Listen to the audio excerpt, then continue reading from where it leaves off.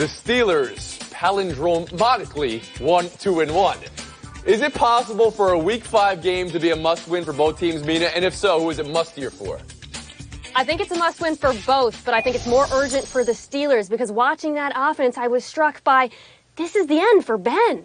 They did not look good, and this might be their final chance at a playoff run. I'm going to go that it's for the Falcons, and I agree you can have a must-win for both teams, and it looks like that, but it's more for the Falcons because they're not missing a guy like Le'Veon Bell. They don't have all these question marks swirling around in their locker room. They still got Matty Ice. They still got all these weapons. They should be playing better. Give the point for the argument to Blackest Tony. Guys, yell out who you got for the game, though. I want to hear what your picks are, just so I know who to pick against. Steelers.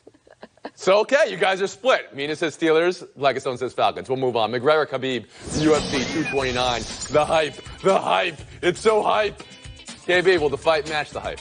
Yeah, it's going to match the fight. I mean, Conor McGregor sells this thing on his own when he beat up the bus, which he got a criminal penalty for. And the you bus know what? won in the end. Yeah, exactly. And the other guy is undefeated. So of course it's going to live up to the hype.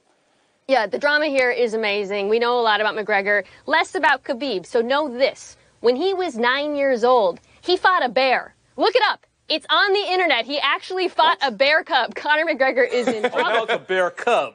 Okay, all right. That was information I wasn't expecting to be getting, but it's on the internet, as is the Kimes Times, if you guys want to find about Cole's family farm and what horses to ride. Mina, you earned this with that article you wrote 15 years ago. Please go ahead.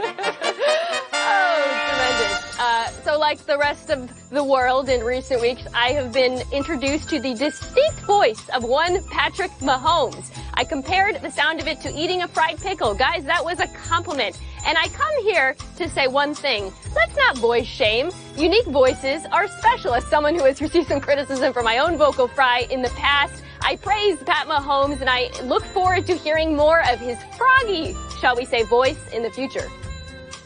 Okay, so that wasn't the voice shame, just so we're clear here? You're not voice shaming here, even I'm though not voice you just shaming. said I love it. Okay. All right. We made a lot of jokes. Now I guess we got to just show the world. This is the Kimes Times. Mina Kimes, I mean, incredible job, really, with the artwork, and that's your first iMac, right? I mean, that was what it was? And this is I how was 11 years old. This is wonderful. I am not making fun of this. This is great. What would we call the con? Have a great weekend, everybody.